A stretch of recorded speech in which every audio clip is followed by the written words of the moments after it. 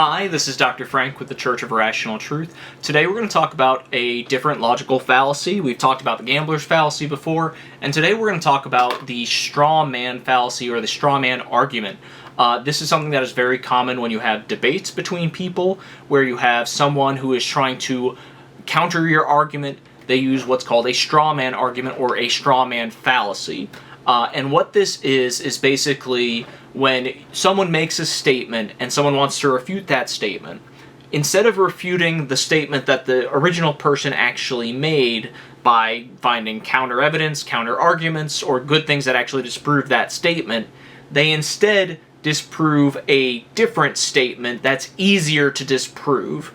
Generally, this is done by making that similar statement or that other statement very similar to the original statement, but not the actual original statement.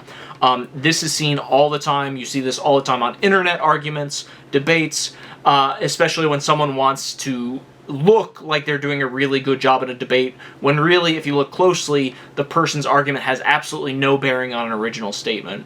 One example that Wikipedia gave, of course, because I'm looking up there, and they had nice obvious examples. Person A goes, "A shower is nice," and then person B wants to refute that. That's a very hard statement to make. It's very subjective.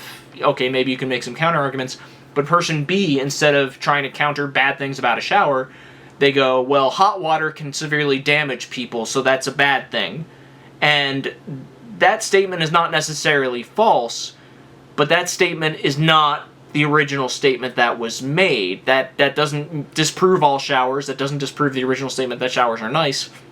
That is similar enough, though, that it will confuse and get people who aren't paying attention to think that the original statement was countered.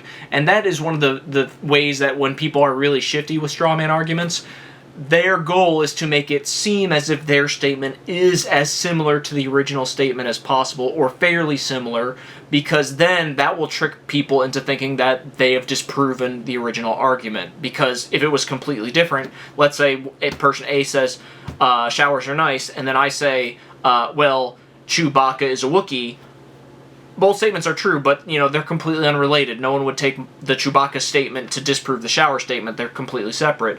Versus if you make one similar, where it has elements of the shower, but is easily disproven, like let's say someone says showers are nice, and I go, not as good as the previous statement, well, 10,000 people drown every year, and because of water. Okay, it maybe makes it look more likely that I'm disproving that other statement, but really it's an unrelated statement, or a statement that really is so tangentially away from that statement that it really doesn't have bearing. There's other modifiers of the straw man argument, or other ways of people doing the straw man argument. Some will take the original statement and then just take it to so much of an extreme where it's so absurd or so different, or such a specific version of the first person's argument that it then becomes so different that it is a different or invalid argument. This is very true when there's generalized statements. So, like, for example, if I say, drinking alcohol only causes some harm to people, but then someone makes the straw man argument of people who drink 2 handles of vodka a day are more likely to die in less than 10 years than anyone else. Okay, both statements can absolutely be true, but one person is being much more general, the other person is being so specific or taking it to an extreme to the point where it's really ignoring a lot of the main focus of the first argument. So that is like another example where you don't necessarily have to do it completely different, but you're just kind of modifying it or taking it to a minimalist or maximalist version, or sometimes people will even take it to an extreme or bizarre version of the original argument to try and disprove it.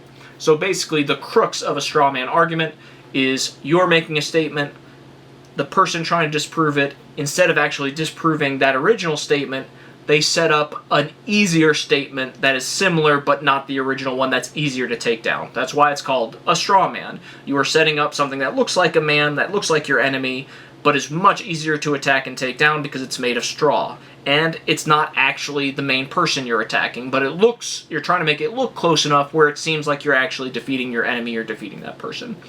So that's it for this discussion. If you want to talk about any more logical fallacies, rhetoric, logic, reasoning, any of those things, or even any other topics, let us know.